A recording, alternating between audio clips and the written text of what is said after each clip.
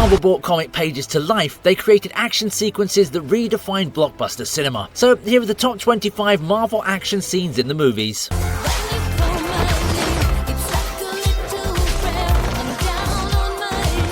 The MCU's introduction of Wolverine came with exactly the chaotic energy you'd expect when you put two regenerating smartasses in the same movie.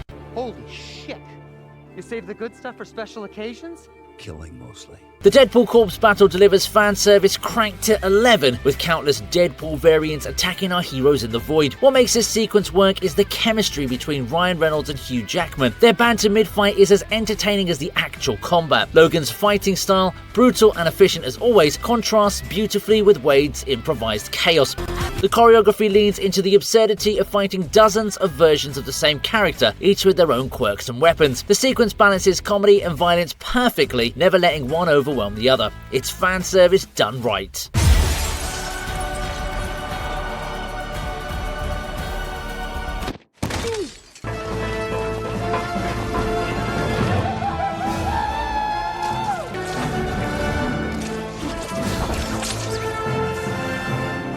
Seeing 3 generations of Spider-Man fighting together was the definition of giving fans what they want, and the Statue of Liberty battle delivered emotional payoffs alongside spectacular action. Tobey Maguire, Andrew Garfield and Tom Holland swinging together in perfect synchronization created instant chills for anyone who grew up with these characters. Okay, Spider-Man! Sandman's first!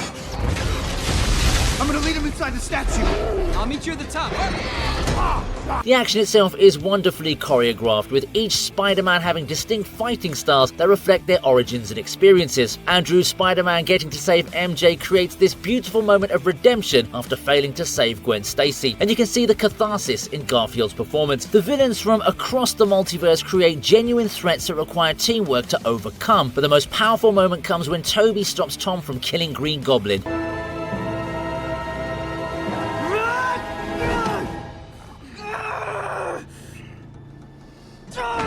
This older, wiser Peter Parker literally holding back his younger self from making an irreversible mistake. It's action cinema with genuine emotional weight, proving that spectacle means nothing without character stakes. Hey, I think this is it. I think you're about to go home. Okay. All right. Look, thank you.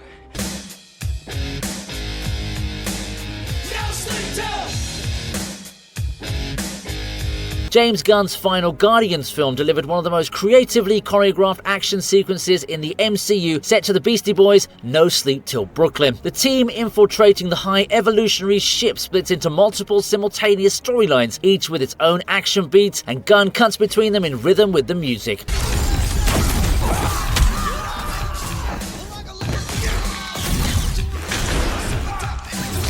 Rocket's backstory adds emotional weight to the violence, making every punch and blast feel personal. The hallway sequence where the Guardians fight through waves of the High Evolutionary's creations is pure comic book chaos brought to life, with each member using their unique abilities in creative ways. Drax and Mantis' comedic timing, even during intense action, provides levity without undercutting the stakes. Groot's evolution into his full power, creating massive wooden structures and impaling enemies, showcases how far the character has come since being a simple "I am Groot" sapling.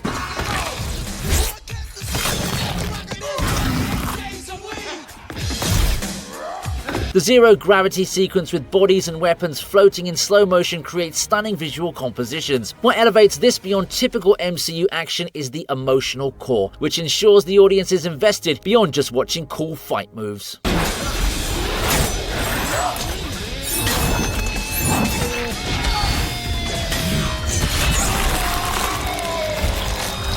You're Bruce Banner. Right. Don't mention puny Banner.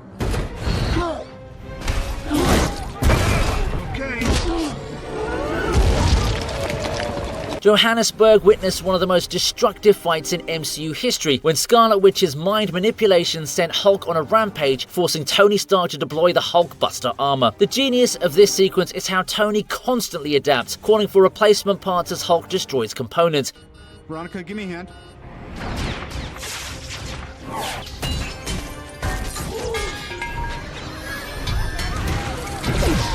using the environment as weapons, even dropping a building on Hulk in desperation. The destruction is off the charts, with an entire city block getting leveled and civilians fleeing in terror. The choreography emphasizes the weight difference. Hulk is smaller but stronger, while the Hulkbuster has reach and weaponry. The finale, where Tony knocks Hulk out just as he's calming down, is darkly comedic. Joss Whedon balanced humor, action and character throughout, creating a sequence that advanced the plot while delivering the giant robot versus monster fight the fans had craved.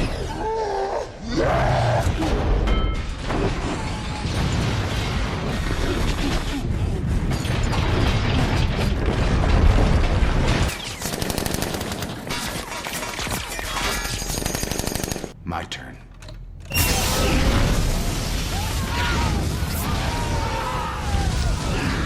The sequence that launched the MCU as we know it deserves recognition. Tony Stark's escape from the Ten Rings using the Mark I armor. What makes this scene historically important is how grounded and brutal it feels compared to later MCU spectacle. The Mark I isn't sleek or elegant. It's a clunky, improvised war machine built from scraps, held together with determination and genius.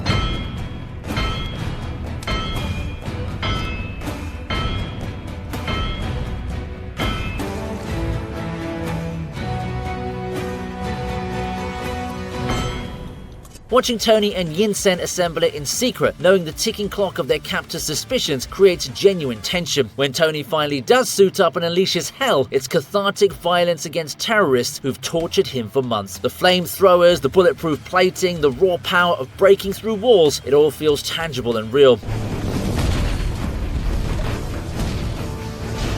Jon Favreau's direction keeps everything grounded and comprehensible, avoiding quick cuts in favor of letting audiences appreciate the practical effects and stunt work. This scene establishes the MCU's tone, super action with real consequences and emotional stakes, proving that comic book movies could be both fun and meaningful.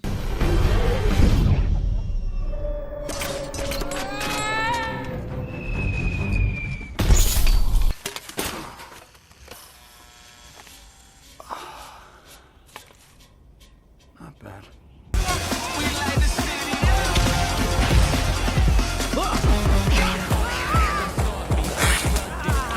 Miles Morales fleeing from hundreds of spider people through the futuristic Nueva York is animation pushed to its absolute limits. The sequence features multiple animation styles simultaneously, with different spider people rendered in their unique visual languages while occupying the same space. Miles parkours through a cyberpunk metropolis that bends and shifts around him, with the camera performing impossible movements that would be physically impossible in live action.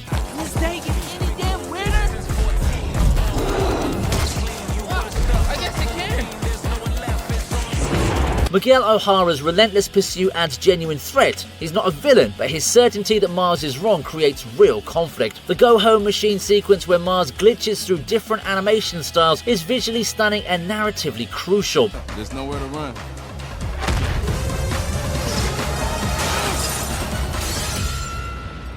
The animators created depth and speed that makes you feel like you're falling alongside Miles. This sequence proved that animation could deliver action as intense and technically impressive as any live-action blockbuster. Got you trapped in my well-defined musculature, so don't even...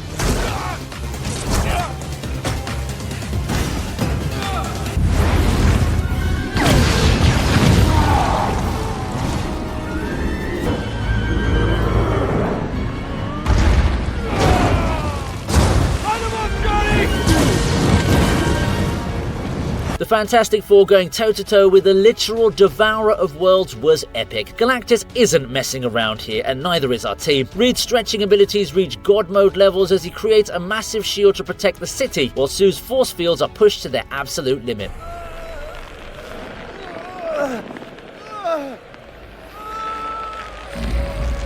The Thing? Man's throwing buildings like they're pebbles, giving Galactus a taste of Yancey Street justice. And Johnny Storm goes full supernova, literally lighting up the sky in the most epic power-up we've seen in a Marvel film.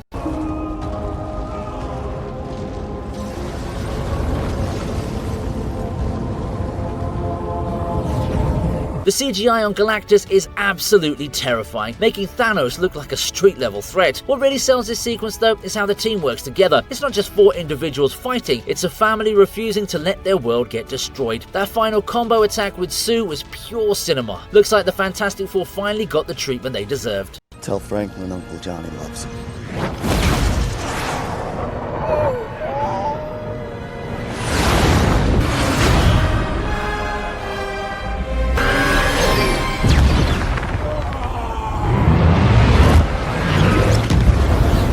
Maximum effort.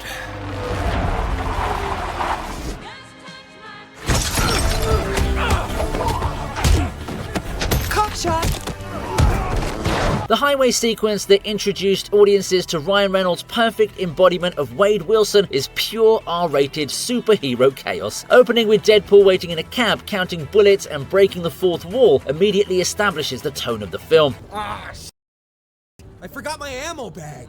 Shall we turn back? No time. I got this. 9, 10, 11, 12 bullets or bust. Right here!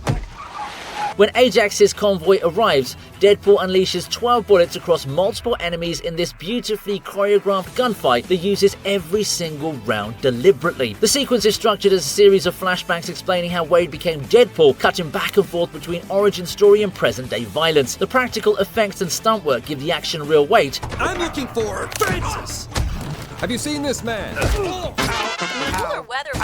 When Deadpool gets hit, you feel it, which makes his healing factor more impressive.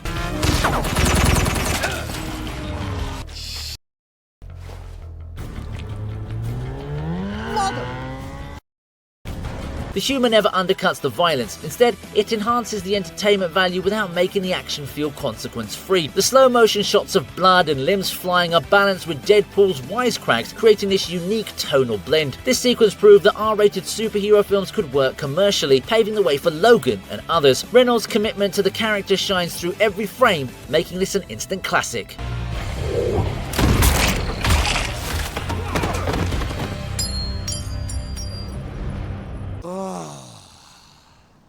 I'm touching myself tonight.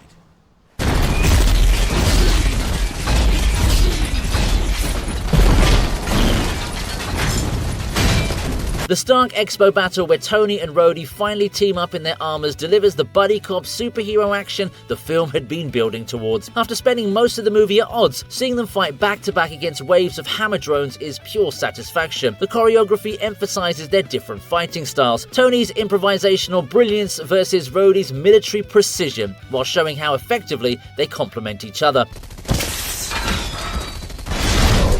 See that? Yeah, nice. The repulsor/unibeam combination attack showcases their suit's capabilities while looking incredible. The fountain sequence where they rotate in slow motion, blasting drones from all directions, became instantly iconic. Get down!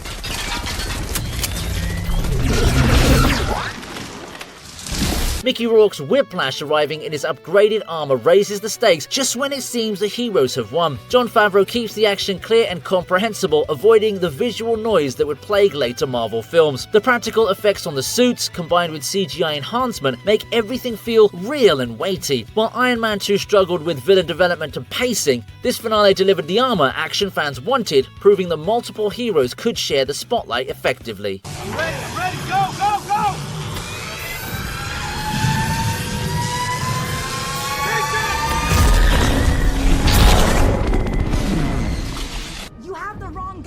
Does he look like he can fight? Come on, bro!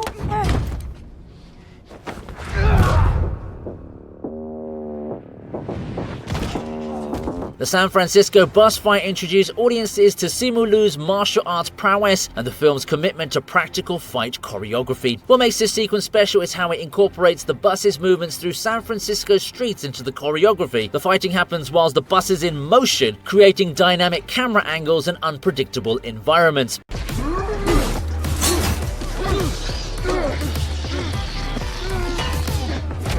Shang-Chi's reluctance to fully unleash his skills creates character development mid-fight. You can see him holding back, trying to be something that he's not. Awkwafina's Katie provides comic relief without becoming annoying, and her decision to aggressively drive the bus adds to the chaos. The Ten Rings agents are genuinely threatening, trained assassins rather than disposable henchmen, making each takedown feel earned.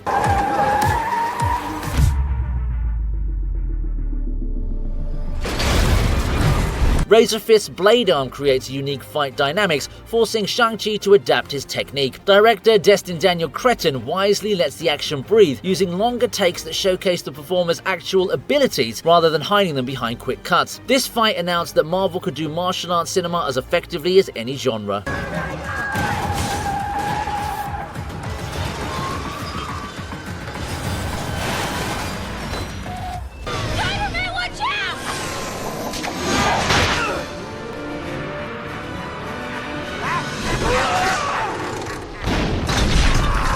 The final confrontation between Peter Parker and Norman Osborn in the abandoned building is Sam Raimi at his best, mixing genuine emotion with comic book action. This isn't just a superhero fight, it's personal tragedy as Peter battles his best friend's father, a man who's been both mentor and monster. The Goblin's tactics are brutal and psychological.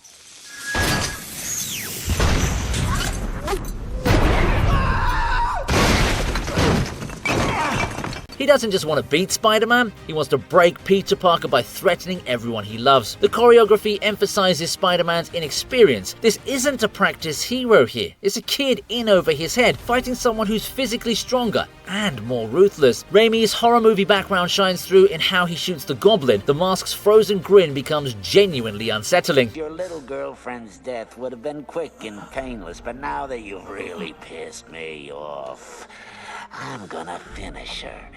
Nice and slow. The glider sequence where Goblin dies on his own weapon is tragic rather than triumphant, with Norman's final words to Peter adding emotional complexity. Tobey Maguire's performance conveys Peter's exhaustion and heartbreak. He's won, but lost so much. The practical stunt work combined with early 2000s CGI that mostly holds up creates action that feels dangerous and real. This fight established a template for superhero versus villain confrontations, having emotional stakes beyond just physical conflict. Godspeed, Spider-Man.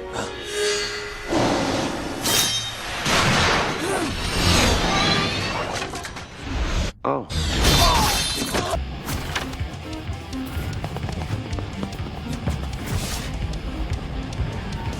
The mansion rescue scene featuring Quicksilver's super speed is one of the most creative and entertaining action scenes in any superhero film. The director and cinematographer figured out how to make super speed visually interesting again by adding more stakes. Pietro Maximoff casually strolls through frozen moments, rearranging furniture, repositioning people, and generally having the time of his life while everybody else experiences milliseconds.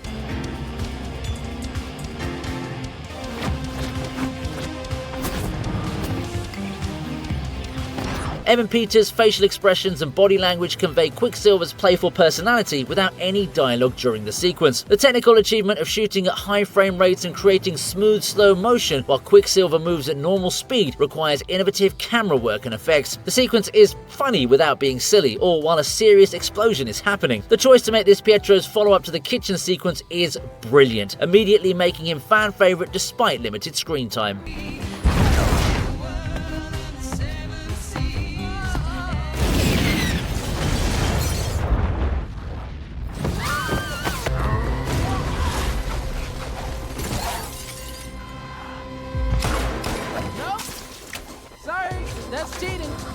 The final showdown between Miles Morales and Kingpin isn't just a great action scene, it's the culmination of Miles' journey from uncertain kid to confident Spider-Man. Taking place in Kingpin's Collider facility as realities literally collapse around them, the visual chaos mirrors Miles' internal struggle. What makes this fight powerful is that Miles doesn't win through superior strength. I mean, Kingpin is massive and terrifying, but he wins through accepting his unique abilities and spider identity. We're not stopping.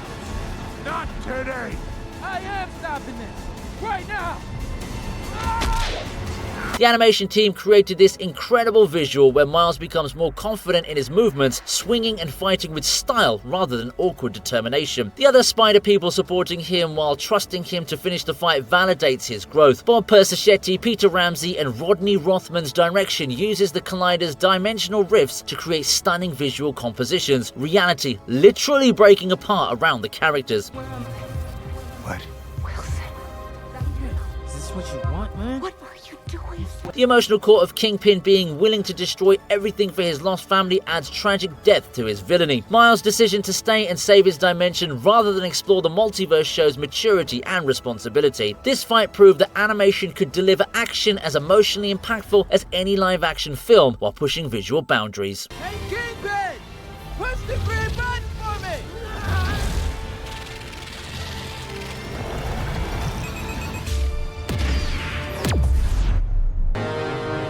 Kingpin!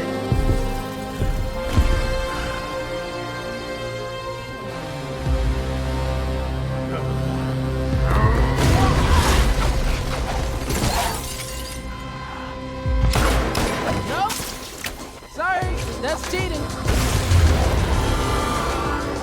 Adios. This is crazy. I don't want to hurt you.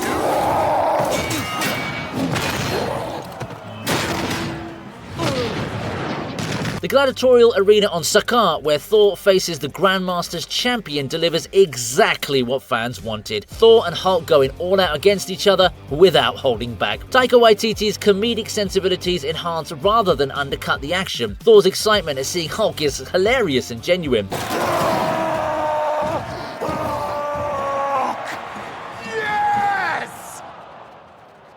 The fight itself is brutal, with both characters taking serious hits that showcase their durability. Thor's attempt to calm Hulk using Black Widow's lullaby technique is both funny and sad when it backfires spectacularly. The arena setting, filled with cheering aliens and presided over by Jeff Goldblum's eccentric Grandmaster, creates this surreal atmosphere that perfectly fits the film's tone. What elevates this beyond a simple brawl is Thor's character development. He starts fighting without his hammer, forcing him to rely on his inherently godly powers. The moment he channels lightning and temporarily gains the upper hand shows his growth beyond Mjolnir dependency.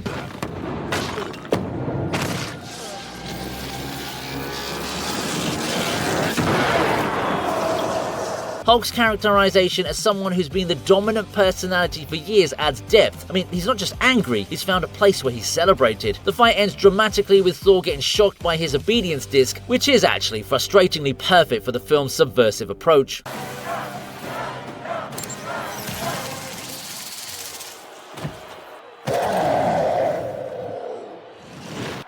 Another day, another Doug.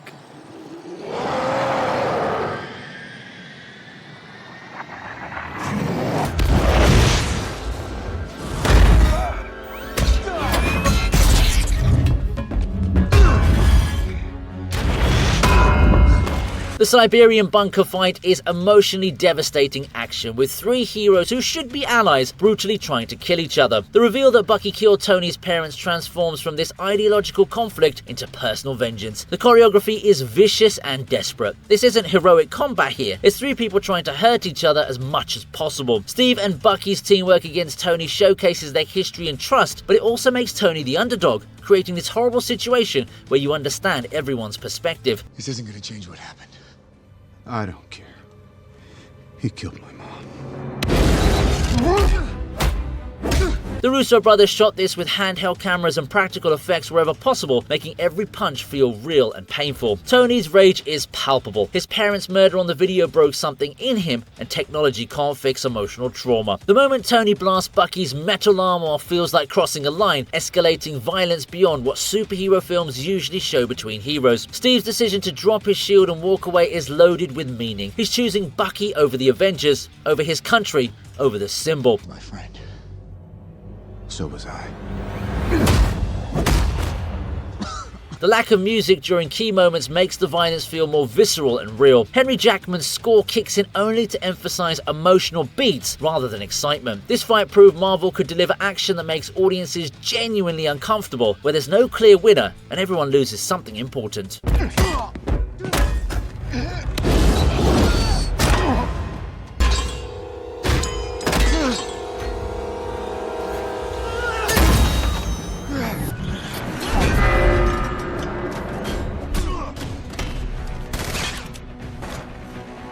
The highway ambush where Winter Soldier tries to assassinate Nick Fury and later battles Cap is pulse-pounding action that feels ripped from a 1970s conspiracy thriller. The Russo brothers brought a grounded, practical approach to superhero action, emphasizing real stunts and locations over CGI spectacle. The sequence starts with Fury's car chase, where his damaged SUV becomes a character itself, calling out problems, suggesting routes, creating tension through technology failing. When Winter Soldier appears on the highway, casually destroying a vehicle with a magnetic mine, it announces his threat level immediately. The knife fight between Cap and Winter Soldier is brutal hand-to-hand combat, with the shield being used defensively for once. Their choreography emphasizes match skill levels. These are two super soldiers fighting at peak human capability. The moment Winter Soldier catches Cap's shield is shocking, establishing him as a physical equal.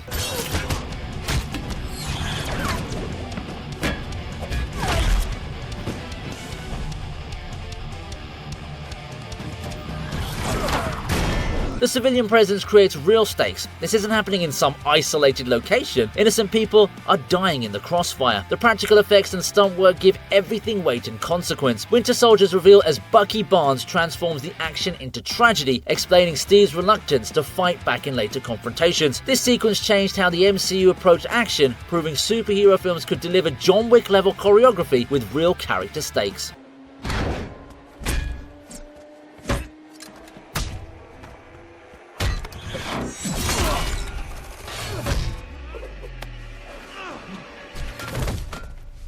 Tell me, brother, what were you the god of again?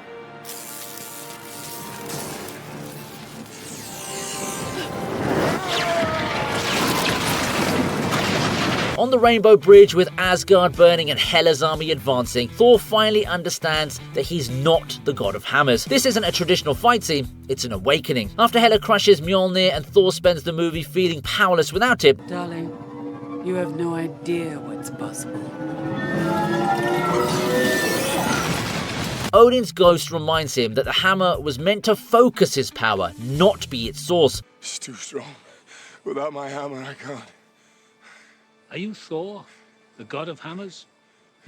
The moment Thor's eyes light up with electricity and Led Zeppelin's Immigrant Song kicks in for the second time is pure cinematic euphoria. The ensuing destruction he unleashes on Hela's undead army is spectacular, with lightning arcing through enemies and Thor finally fighting at full godly capacity. The cinematography captures his power beautifully. Slow motion shots of electricity dancing across his body, enemies flying from lightning blasts, the Rainbow Bridge becoming a battlefield illuminated by blue energy.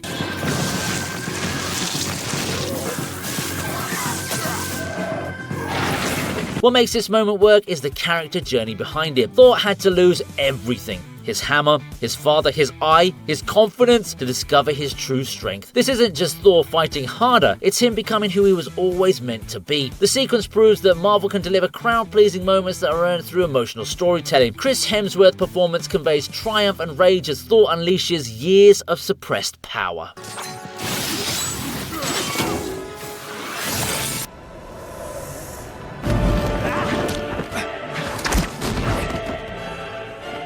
At Visitors Checkpoint. Bryan Singer's opening sequence for X2 remains one of the most creative and technically impressive action scenes in superhero cinema. Nightcrawler's teleportation assault on the President creates controlled chaos, with the camera following him through impossible movements. The blue smoke, the BAMF sound effect, and Alan Cummings' physical performance combine to make teleportation feel real and disorienting. The sequence is shot with this kinetic energy that never becomes incomprehensible. You always understand the geography and stakes despite the rapid movement. The Secret Service agents trying desperately to stop an enemy who appears and disappears is terrifying from their perspective. Singer uses slow motion to highlight specific moments: Nightcrawler's tail grabbing a weapon, his feet running on the ceiling, his religious faith apparent even mid-attack. The fight choreography incorporates Nightcrawler's acrobatic abilities and teleportation strategically. He's not just randomly appearing, he's using the power tactically. The violence is brutal but bloodless, showing Nightcrawler methodically taking down trained targets. John Ottman's score drives the sequence forward with propulsive urgency. The reveal that Nightcrawler was being mind-controlled transforms this from villain introduction to tragic victim, adding some complexity. This opening announced that X2 would take the franchise to new levels of sophistication.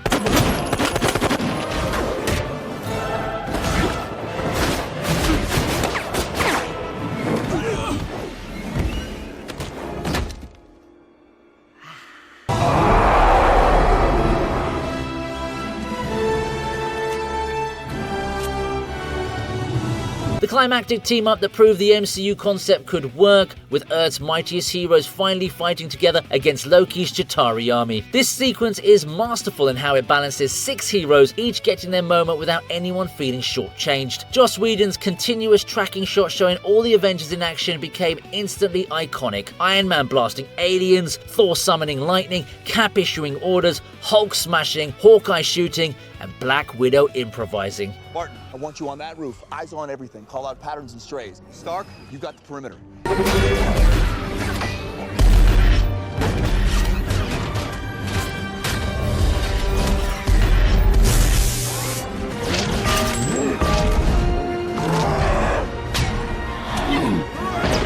Nat, what are you doing? A little help! I got him.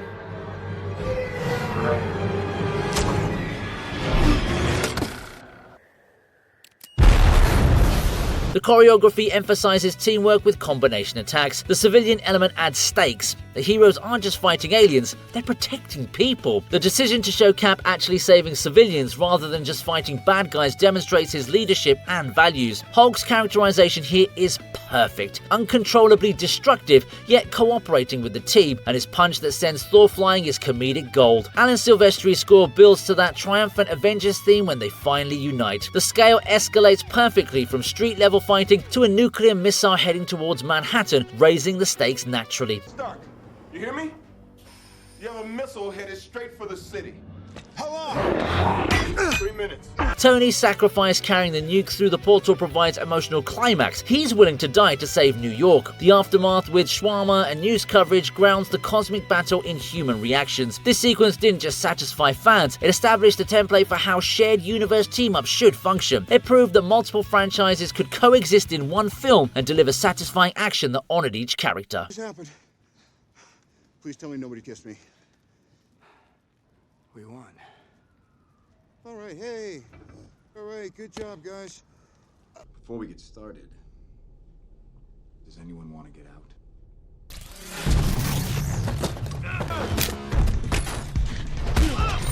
One man versus an elevator full of Hydra agents in close quarters is tension distilled into pure action. This scene is a masterclass in building suspense. Cap notices hands near weapons, suspicious behavior, and knows he's trapped before the first punch flies. The Russo brothers shot this in an actual elevator with real stunt performers, creating authentic claustrophobia. The fight choreography is brutal efficiency. Cap systematically takes down trained operatives in a space where his shield is both weapon and liability. The magnetic restraints on his wrists add complications, showing Hydra came prepared. Every impact against metal walls sounds painful, emphasizing the confined space.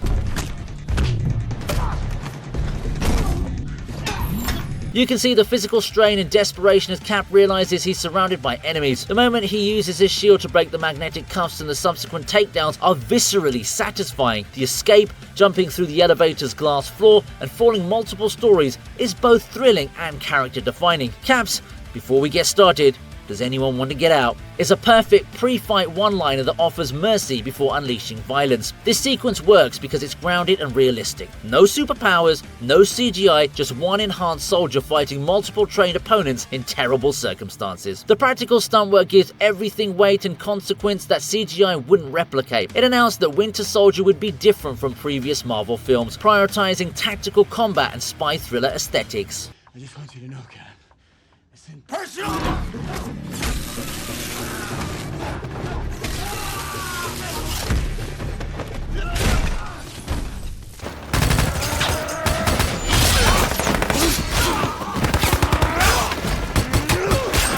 James Mangold's R-rated finale for Hugh Jackman's Wolverine includes a scene where Logan unleashes his full berserker rage and is everything fans had wanted for 17 years. The forest battle where Logan defends the mutant children is brutal, bloody, and emotionally devastating. The R rating allows Wolverine to fight as Wolverine should, claw slicing through enemies, blood spraying, violence that's horrific rather than sanitized. Jackman's performance conveys decades of rage and pain finally given full expression.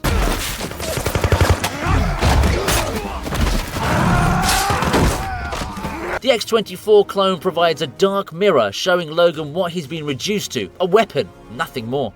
Their fight is vicious and personal, two identical killers trying to destroy each other. The serum giving Logan temporary strength creates this tragic irony.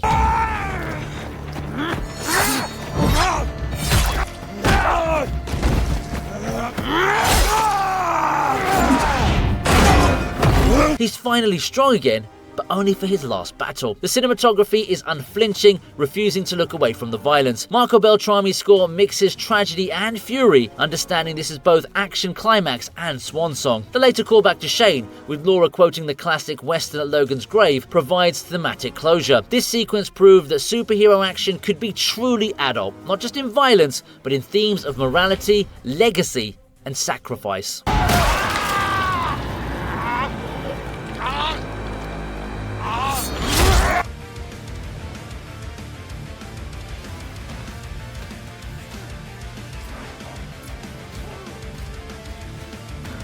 "12 heroes facing off at an airport" is the MCU's greatest display of superhero choreography, balancing action, humor, and character for many glorious minutes. The Russo brothers orchestrated this massive brawl with the precision of a conductor, ensuring every character gets moments while maintaining clear sight lines and geography. Team Cap versus Team Iron Man splits friendships across battle lines, creating fights where nobody truly wins. Spider-Man's introduction steals scenes without overshadowing veterans. His webbing up Cap's shield, banter with Falcon and Bucky, and fanboying over Captain America is perfect characterization.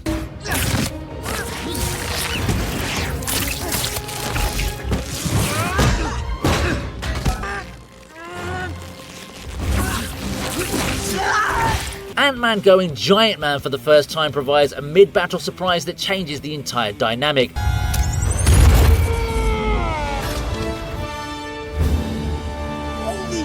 Vision and Scarlet Witch's reluctant confrontation hurts because of their relationship. Black Panther's singular focus on Bucky creates this thread of vengeance cutting through the chaos.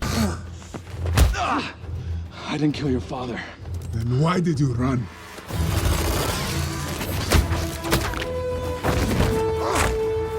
The action is creative and specific to each other. Hawkeye's trick arrows, Black Widow's acrobatics, Falcon's aerial maneuvers, War Machine's heavy weaponry. The moment where Tony and Cap's Repulsor versus S.H.I.E.L.D. clash mirrors the first meeting in Avengers but perverted into conflict. The humor never undercuts stakes. Spidey's jokes, Ant-Man's shrinking tricks, Bucky and Falcon's mutual annoyance all enhance rather than diminish. The aftermath, with War Machine's fallen heroes imprisoned, proves that there are real consequences here. The Russo shot with IMAX cameras to capture maximum detail and scale. Henry Jackman's score balances heroic themes with tragic undertones, understanding this isn't a triumphant battle. This sequence demonstrated that the MCU could stage massive ensemble action while maintaining individual character voices, proving the shared universe concept could scale without collapsing.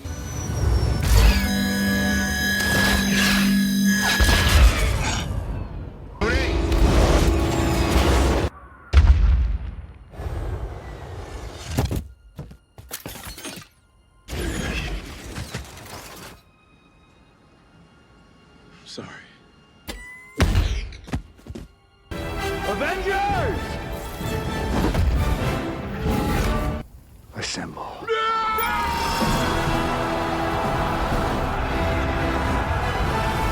The culmination of 22 films and 11 years of storytelling. The final battle against Thanos delivers every bit of fan service imaginable while maintaining emotional stakes. The moment Steve Rogers says, "Avengers, assemble," and charges Thanos' army, backed by literally everyone from across the MCU, created theatre experiences unlike anything else.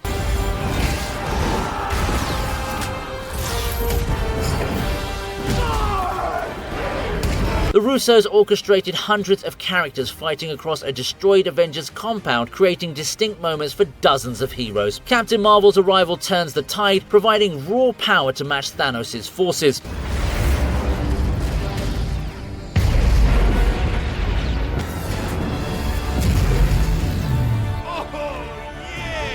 Thor, Steve, and Tony's coordinated attack on Thanos parallels their original team-up, but now with complete trust and coordination. Steve wielding Mjolnir isn't just a visual moment, it's validation of worthiness that's been building up since Age of Ultron.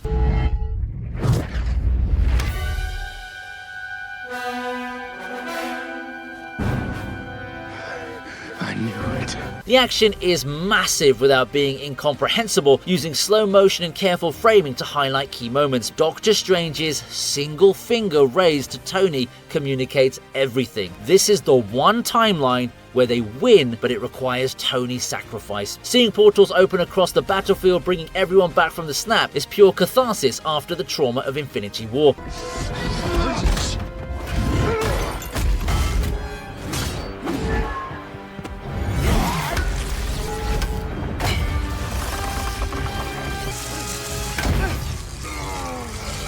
The scale is unprecedented. Multiple armies, sorcerers, Asgardians, Wakandans, and Ravagers fighting together. This wasn't just a battle, it was a celebration of everything the MCU built, delivering payoffs that audiences had invested in for over a decade.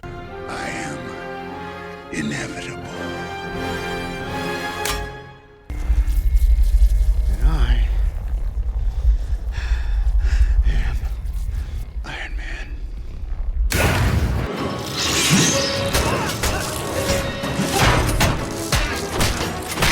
The elevated train battle between Spider-Man and Doc Ock remains the gold standard for superhero action that balances spectacle with heart. Sam Raimi choreographed this sequence to escalate constantly, starting on a building, moving to a clock tower, then aboard a speeding train filled with civilians.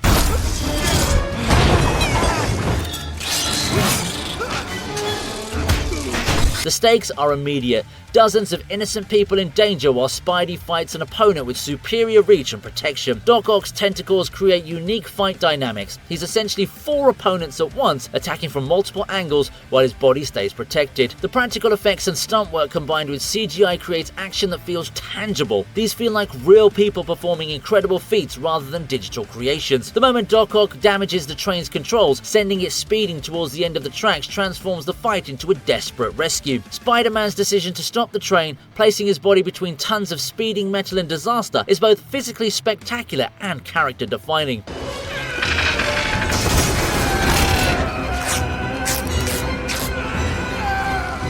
The slow motion sequence where his mask tears away and his feet dig into the concrete, showing the physical toll, makes this victory feel earned. The passerby lifting his unconscious body and promising to protect him is one of the most touching moments in superhero cinema, civilians recognizing and honoring his sacrifice. The short-lived protection when Doc Ock wakes creates tragic irony.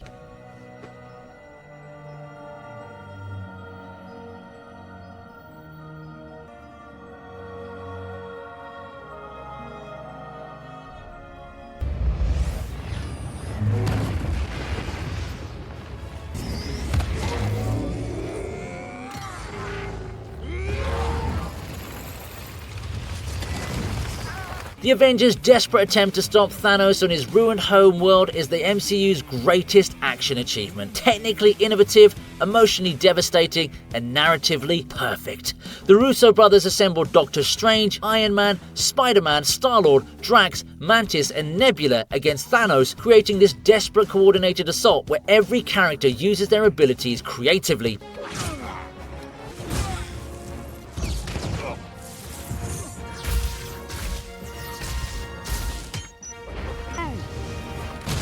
Strange's spellwork transforms the battlefield, creating platforms, weapons, and countless clones.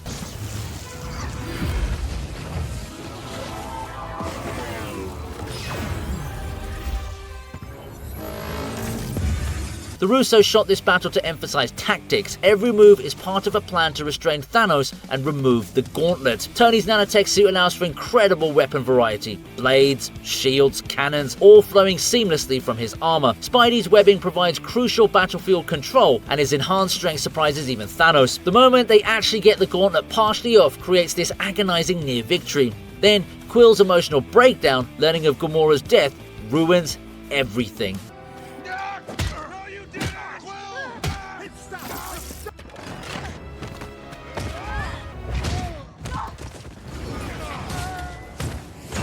The tragedy of watching victory slip away because of human emotion rather than insufficient power cuts deep. Thanos' all that for a drop of blood demonstrates his superiority even after being wounded. The moon drop, Thanos literally pulling a moon apart and throwing chunks at Tony, is cosmic scale destruction that feels real and terrifying.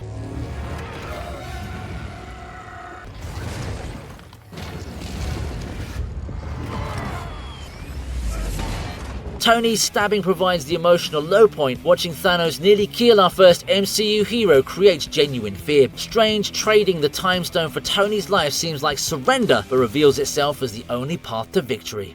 Spare his life, and I will give you the stone. Don't.